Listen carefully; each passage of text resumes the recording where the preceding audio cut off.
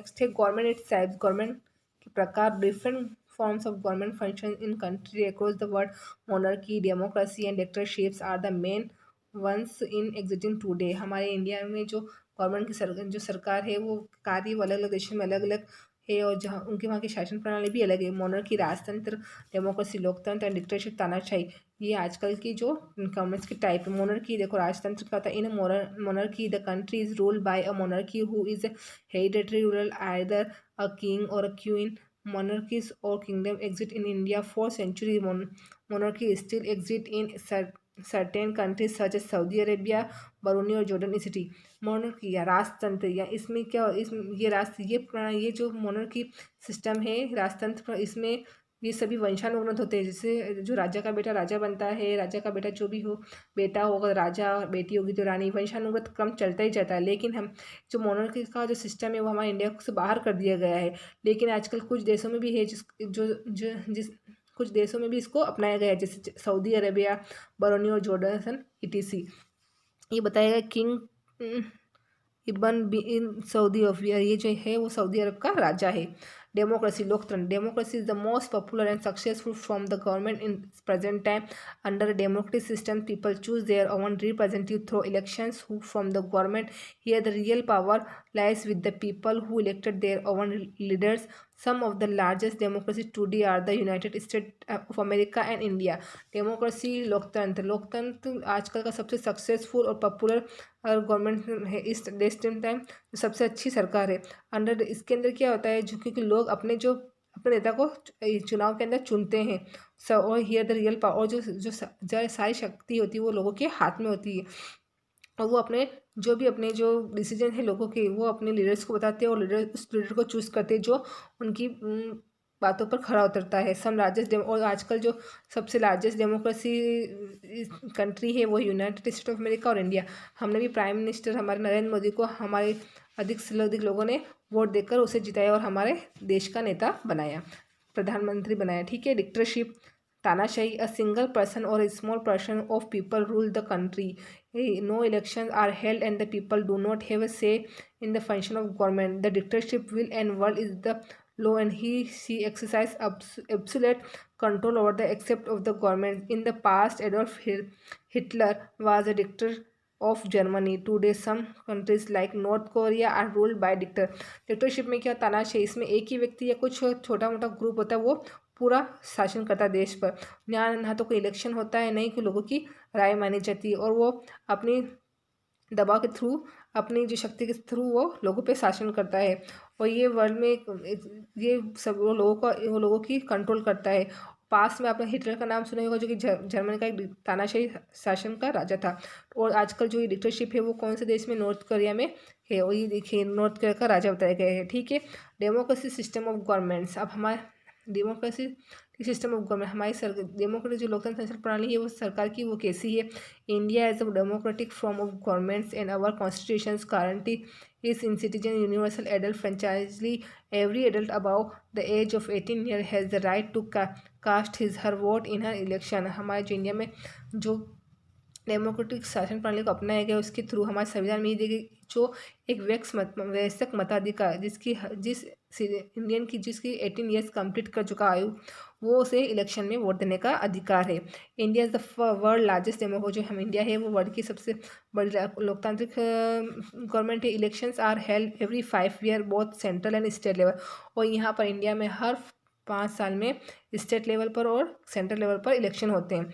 Where people vote to choose his representative who from the government. जहाँ लोग अपने मतों द्वारा अपने सरकार के प्रतिनिधि को चुनते हैं. If the people are not satisfied with the government performance. अगर लोग ने जिसको चुना है अपनी सरकार के लिए, अगर उसके कार्यों से वो प्रभावित नहीं है, सेटिस्फाइड नहीं है, they can remove it from power after in the next. और उसे अगली जब इलेक्शन होते हैं तो उसको हटा सकते हैं. Thus democracy ensures that the government remains answerable and responsible to the people of its action. जो डेमोक्रेटिक सिस्टम है, जो डेमोक्रेटिक गवर्नमेंट से वो लोगों के लिए आंसरेबल होती है, जिम्मेदार होती है, उनको जवाब देना पड़ता है लोगों की बातों का और कि उन्होंने 5 सालों में क्या किया. और अगर उनकी लोगों की बातों पे खरी नहीं उतरती सरकार तो उसे हटा भी सकती है. सफरकेट मूवमेंट संघर्ष आंदोलन। Suffragette means the right to vote in election. जो इस सफरकेट मीन्स का है इलेक्शन में मत देने का अधिकार। Today suffrages in a right taken for guarantees but this was not allowed so. आजकल जो हम देख रहे हैं कि जो लोगों को वोट देने का अधिकार है वो पहले हमेशा से ऐसा नहीं था। For a long time women were not allowed to vote. काफ़ी लंबे समय तक औरतों को वोट देने का अधिकार नहीं दिया गया था। इट वाज थो that women were not capable of taking decision. लोगों की ये मानसिकता थी जो औरतें होती है वो वोट देने में सक्षम नहीं होती है। Women were supposed was thought not women to stay at home and take care of family. लोगों का ये माना कि जो औरतें हैं वो सिर्फ अपने घर में रखिए, अपने परिवार की देखभाल करें।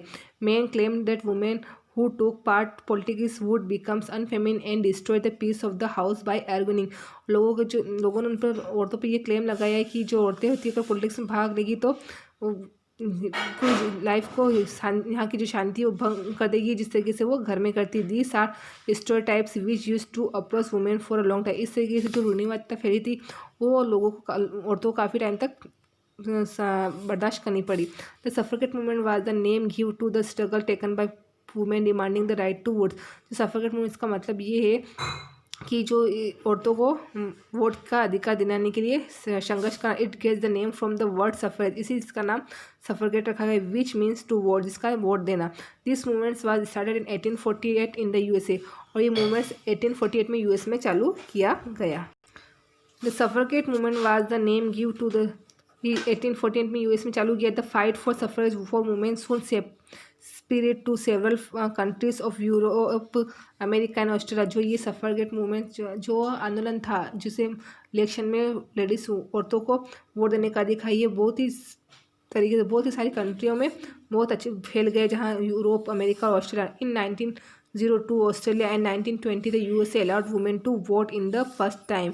और 1902 ऑस्ट्रेलिया में और 1920 यूएसए में फर्स्ट टाइम औरतों को वोट देने का अधिकार दिया गया। In Britain where the movements gather strength toward the end of the 19th century. और ब्रिटेन में ये 19th सेंचुरी तक पहुंचा। Educated women over the age of 30 were allowed to vote in 1980। और ब्रिटेन में 1980 में 30 साल की औरतों को जो शिक्षित थे उसे वोट देने का अधिकार दिया गया। इन इंडिया यूनिवर्सल एडेड franchise was adopt at the time of independence, so women have had the right to vote from the first general election 1950। इसी वजह से जब हमारा देश आज़ाद हुआ तब इस समय औरतों को वोट देने का अधिकार मिल चुका था। और हमारी जो देश की जो वुमेन औरतें हैं उन्होंने 1952 में इलेक्शन में भाग लिया। All citizen over the age of can 18 के वोट। जो हमारे इंडिया में जो 18 ईयर्स को प्राप्त कर चुका है वो वोट देने का अधिकार था। द एंटी अपार्टाइड मूवमेंट्स, रंग भेद आंदोलन। In white rule south Africa between the year 1948-1994।